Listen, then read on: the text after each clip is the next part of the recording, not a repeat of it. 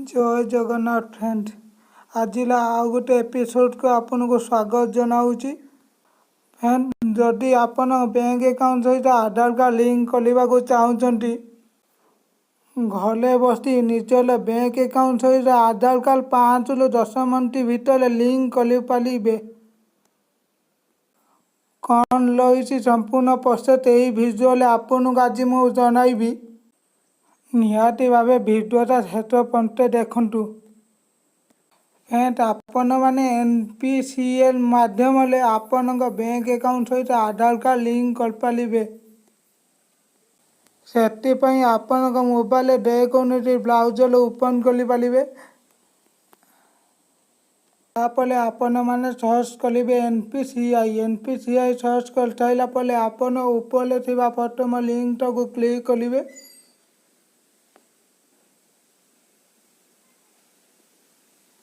NPCI visit कर सारापर यहीपरि interface आसीपर।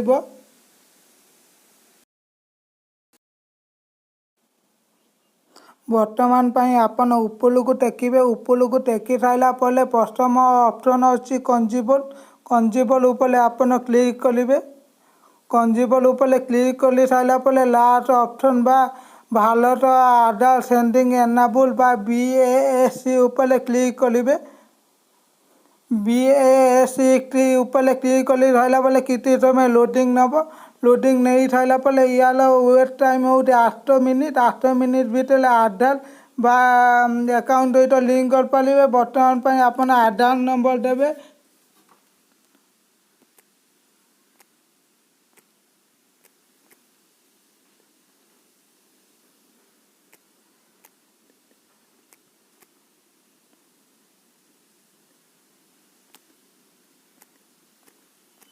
बर्तमान Aadhaar number दे सारापर request for Aadhaar for sending ऊपर क्लिक करेंगे। सेंडिंग ऊपर क्लिक कर सारापर सिलेक्ट बैंक अकाउंट क्लिक करेंगे।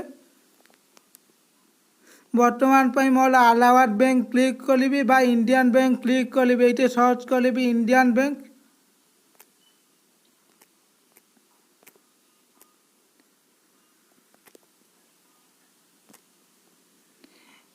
बर्तमान आमल ऊपर पलि आइला इंडियन बैंक। इंडियन बैंक ऊपर क्लिक कर सारापर सेंडिंग टाइपिंग पले फ्रेश सेंडिंग ऊपर क्लिक करवा। फ्रेश सेंडिंग ऊपर क्लिक कर सारापर अकाउंट नंबर दबा।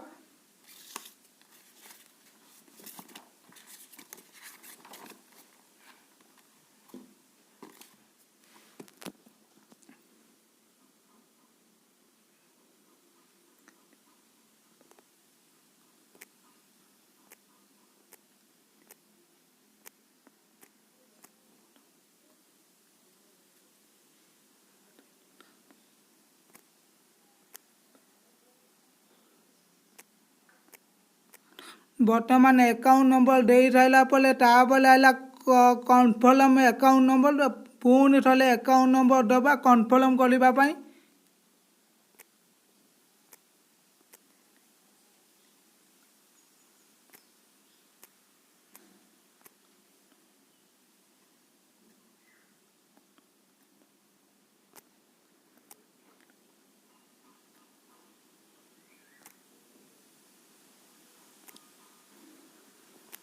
बर्तमान अकाउंट नंबर कन्फर्म दे सारापर ऊपर अकाउंट तल अकाउंट आम मैच खाईगला। मैच खाई सारापर प्रथम टर्म एंड कंडीशन पढ़ी सारापर ठीक चिन्ह देवे। ठीक चिन्ह दे सारापर ऊपर को टेकिबे। ऊपर को टेकी सारापर पुणी थे टर्म एंड कंडीशन पढ़ी एटाले ठीक चिन्ह देवे। एटाले ठीक चिन्ह दे सारापर पुणी कैप्चा आपन फिलअप करेंगे। जदि आपन कैप्चाटा न पढ़ी पार्न ये रिप्लेस कर पारे। रिप्लेस कर सारापर नुआ कैप्चा आसो। नुआ कैप्चा जो मिटा लिखाई से मिटा आपन लिखे।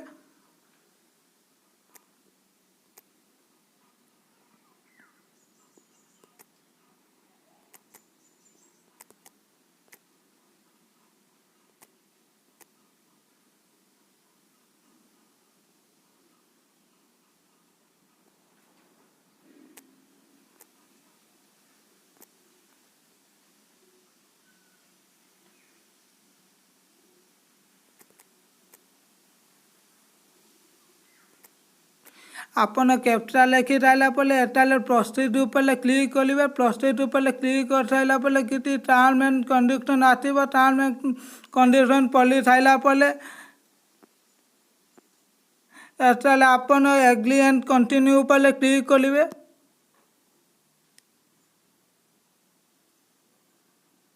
କିଛି ସମୟ ମଧ୍ୟରେ ରୁଲିଂ ନେଇ ସାରିଲା ପରେ ଓଟିପି ଗୋଟେ ଆସିବ। ଓଟିପି ଆପଣ କ୍ଲିକ୍ କରିକି ସବମିଟ୍ ଉପରେ କ୍ଲିକ୍ କରିଦେବେ। କାରଣ ମୋର ବ୍ୟାଙ୍କ ସହିତ ଆଧାର ଲିଙ୍କ ସଂଯୋଗ ଅଛି ବୋଲି ମୋର ଓଟିପି ଦେଇକି ସବମିଟ୍ କରିପାରୁନି।